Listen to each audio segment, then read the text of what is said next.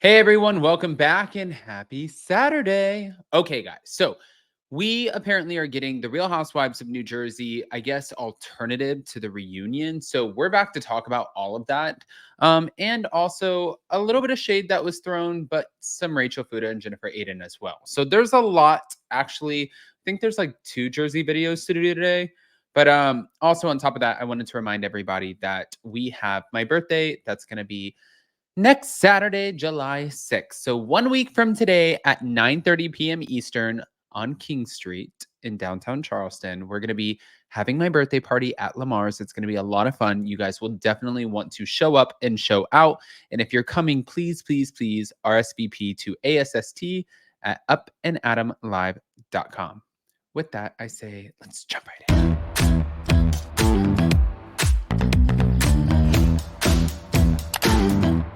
Cause no one can do it like we do it, like we do it, like we do it. Cause no one can do it like we do it, like we do it, like we do it.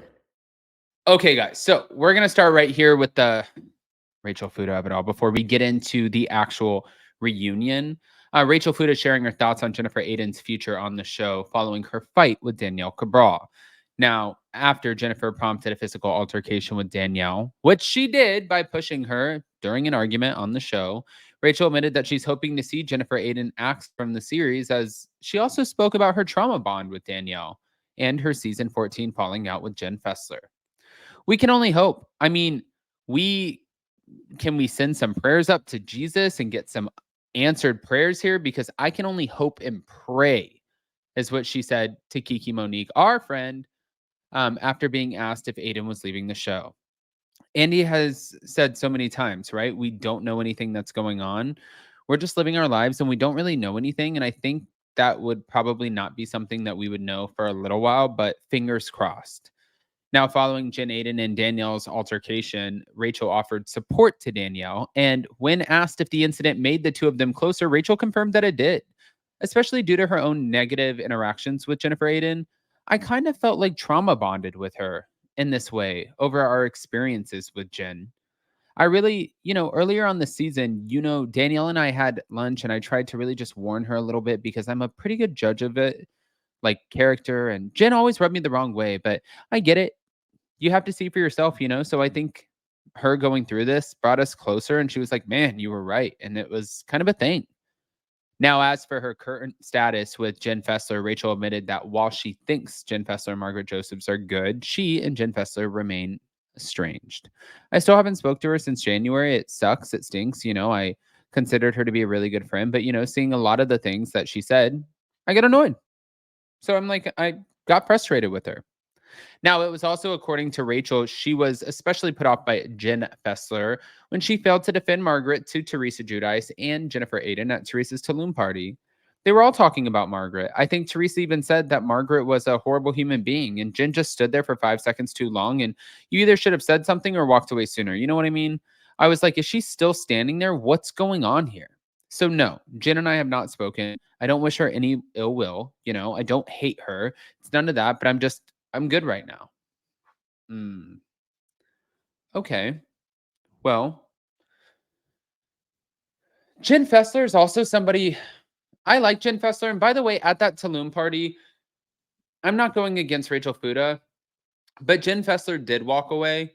And I think that she didn't walk away right away because she was giving them a chance to maybe stop talking about Margaret Josephs. And I love Margaret Josephs. So, but I think she was trying to give them a chance to like move the conversation on and like, okay, let's keep it going. And once she realized that it wasn't going to continue, on in a different direction, it was going to be a Margaret Josephs bashing session. I think that's when she was like, all right, I'm going to get up and walk away, which is, again, exactly what she did. Now, on top of that, we have this Real Housewives of New Jersey's alleged alternative reunion format and filming date leaked.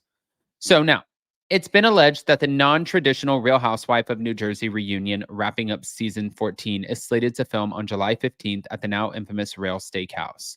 The reunion's rumored format, unfortunately, left Bravoholics disappointed. First things first. At RHONJ Obsessed leak it's not been confirmed. But secondly, how deliciously shady is production for filming the aftermath of the feud in the same location as a relationship changing scene from the current season? Messy AF, and we love it. Now, the reunion replacement. So at RHONJ Obsessed posted on July 15th, the alternative reunion will be filmed. The two sides will watch the final scene, which is the finale, at Rails separately and provide commentary. Seemingly, they are going to do a split panel, much like they did at BravoCon 2023. This time, Teresa Giudice and her camp will be recorded watching the finale. And in addition to getting real-time reactions, the cast will be able to speak their piece without interruption. Alternatively, Team Gorga will watch the same finale scene for real-time reactions and commentary. Now, Bravo TV fans react to the alleged reunion format, and this is what they're saying. Here's a few. We're done. Reboot ASAP. This reminds me of the Mob Wives finale. Is this the end of New Jersey? Does Dolores just sprint in between rooms? This was one of the best seasons for the life of me. I don't understand why there's no reunion. Stupidest thing I've read all day. This is not a reunion and so unnecessary. So it's going to be how Love and Hip Hop Atlanta season 5 reunion was. Now, Dolores Catania entered the chat in an interview with Us Weekly. Dolores revealed the argument in the restaurant is the finale of a lot of relationships. Video footage shows broken glass covering the floor after a fight among the cast, and Dolores seemingly yells, "You fucking lying," to see you next Tuesday to Margaret Josephs, and a producer proceeds to ask Dolores in one word, "How do you think the sit down went?" And she said, "Horrible." But if this is the new format, I do gotta say, if this is the new format, I'm not a fan of it.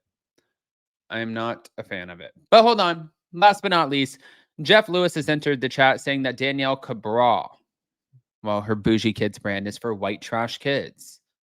Jeff Lewis sounds like an asshole for saying that. And I like Jeff Lewis, but he does sound like an asshole. But I don't think he cares. Former Flipping Out star Jeff Lewis slammed Danielle Cabral's Bougie Kids brand while chatting with Melissa Gorga on his Jeff Lewis Has Issues podcast. I didn't know what to expect, and after watching The Real Housewives of New Jersey season 14, the Bougie Kids, do we have a throw-up sound effect? Awful. Melissa Gorga jumped in to defend Danielle and said, "I thought they were cute. The kids were cute." However, Jeff disregarded Melissa's comments and instead continued to critique Danielle Cabral's children clothing company. And Jeff said, "I would never dress my kid in that. Never. No. They would turn her Monroe away at the gates of her school." And a man who appeared alongside Melissa on Jeff's podcast, I believe it's her cousin, interjected and said, "It was cute. You and Danielle, I loved how you supported her. Danielle was so genuinely, authentically, so proud. She was sweet." And Jeff disagreed, rambling, "For all those little white trash kids that need clothes, just go right on in."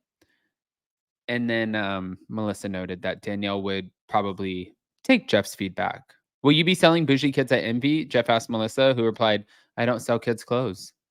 And her friend joked, "That's a great excuse." To which Jeff remarked, "You don't sell kids' clothes purposely so you don't have to." And Melissa said, "No.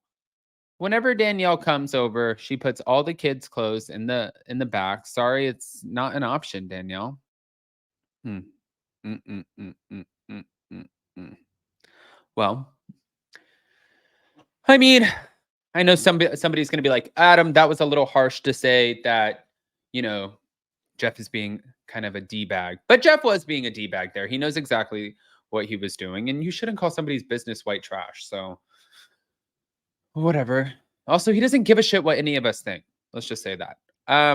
I want to hear what you guys think. So pop off in the comment section. If you guys are not subscribed, get subscribed. Don't forget to hit that notification bell. And also, we'll see you in just a little bit. Love you guys.